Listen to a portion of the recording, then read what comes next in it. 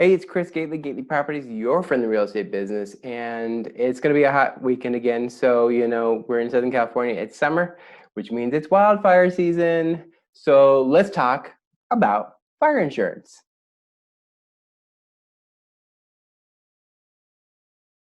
So today I'm joined by Carol Smith of Insurance SCV out here in Santa Clarita. And before we talk to her, let's take a look real quick at Santa Clarita specifically for wildfire season.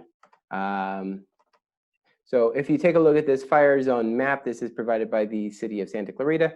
It should have a date on here when it was done. It's probably buried under my thumbnail here, but you can see a lot of Santa Clarita is considered a fire zone.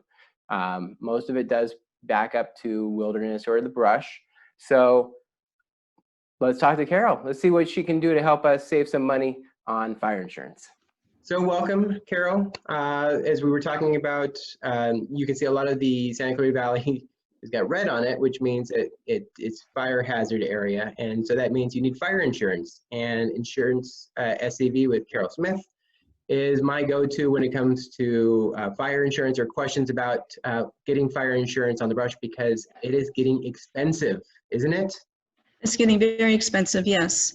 And what I would say is it's very difficult to get insurance, preferred insurance, like Mercury, Nationwide, and those carriers. It's difficult to get them at the edge of town, like the edge of development, like Castaic, where the brush butts up to the property. And also whole towns many times.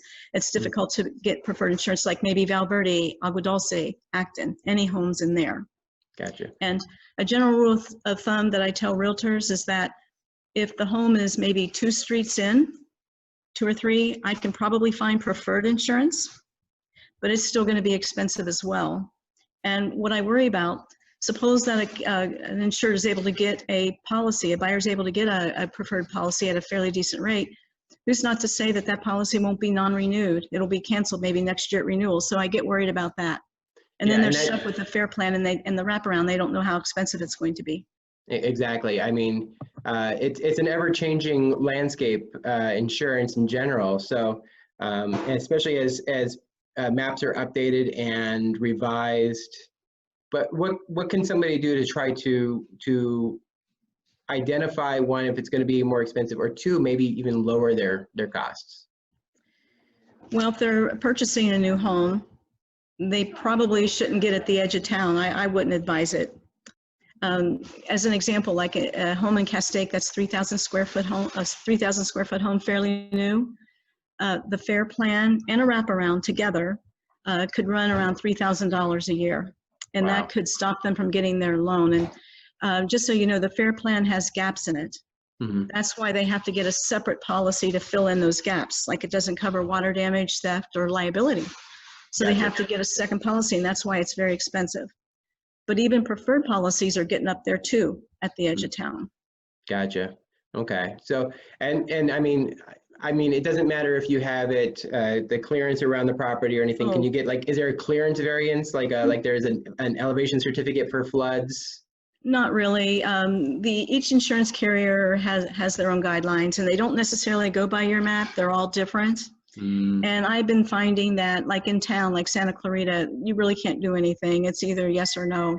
Now, maybe in an area like Agua Dulce, if they are able to get preferred, maybe that would, if they cleared their property, they could get it. But that's just one small factor. And I'm finding I don't even hear the carriers ask for that anymore. And did recently increase the dwelling amount to $3 million.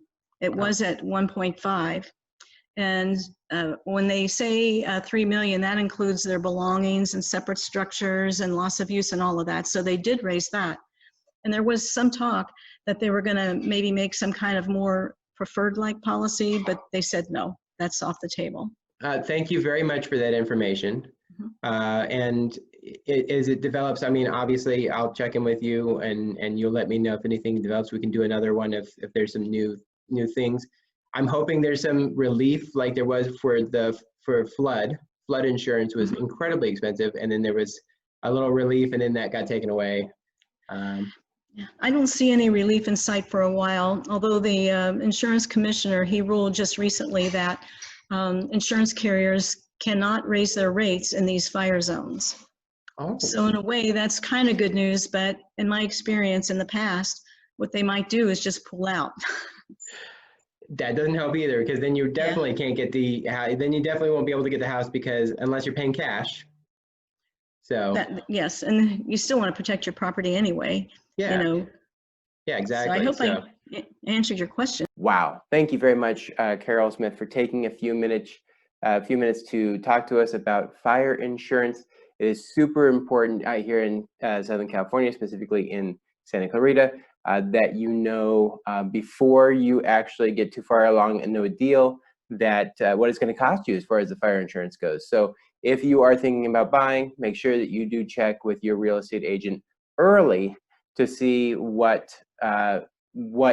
your insurance agent's going to think about pricing out fire insurance for that property. So thank you very much again. If you like this video, please share it, like us, subscribe, give us a thumbs up, and we'll see you again later. Take care. Bye-bye.